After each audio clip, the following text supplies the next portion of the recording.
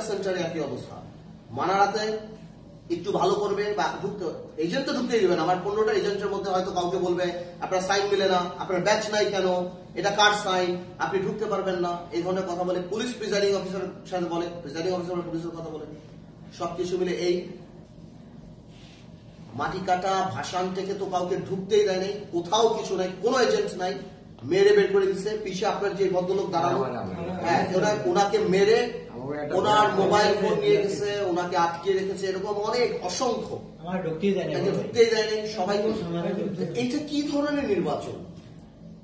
নির্বাচনের প্রথম দিন থেকে, প্রচারণার প্রথম দিন থেকে নির্বাচন করতে দিবে না, বসতে দিবে না, কথা বলতে দিবে না, ক্যাম্পেইন করতে দিবে না, মামলা করে কমপক্ষে 400 থেকে 500 আসামি করছে এই কয়েকদিন। তারপর যেদিন ভোটের দিন হবে সেদিন একই অবস্থা। আপনি মহাখালী যান, কড়াইল বস্তিতে আপনি কোনো ভোট দিতে পারবেন না, সেখানে প্রথমেই মারামারি করে ভোটারদের একটা আতঙ্ক সৃষ্টি করে বাস তারা তাদের মতো ভোট দিচ্ছে, প্রত্যেকে বেড়ে দিচ্ছে। আইপিএস, টিএনটি, তিতুমিরের মতো জায়গায় আমার একটা এজেন্ট নাই, সব বের করে দিচ্ছে, সবাইকে তারা বের করে দিচ্ছে এবং থাকতে দিবে না। এবং সাততলাতে আমার একটা এজেন্ট আছে এবং সেখানে নিচে বলা হচ্ছে যে ওকে নামলে ওকে মেরে ফেলবে। এই যদি অবস্থান হয় তাহলে আমাদের যে পারপাস, আমি মনে করি বাংলাদেশ জাতীয় পার্টির তরফ থেকে যে কোনো দলীয় সরকারের অধীনে এই নির্বাচন সম্ভব না, নির্বাচন হতে পারে না, এটা সম্ভব না।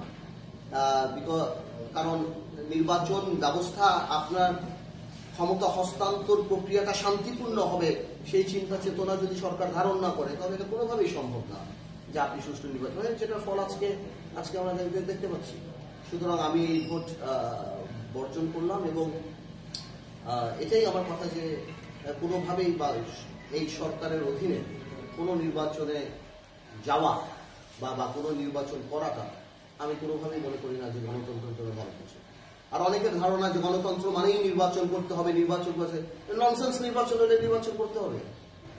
আমি এটা বুঝি না। আমার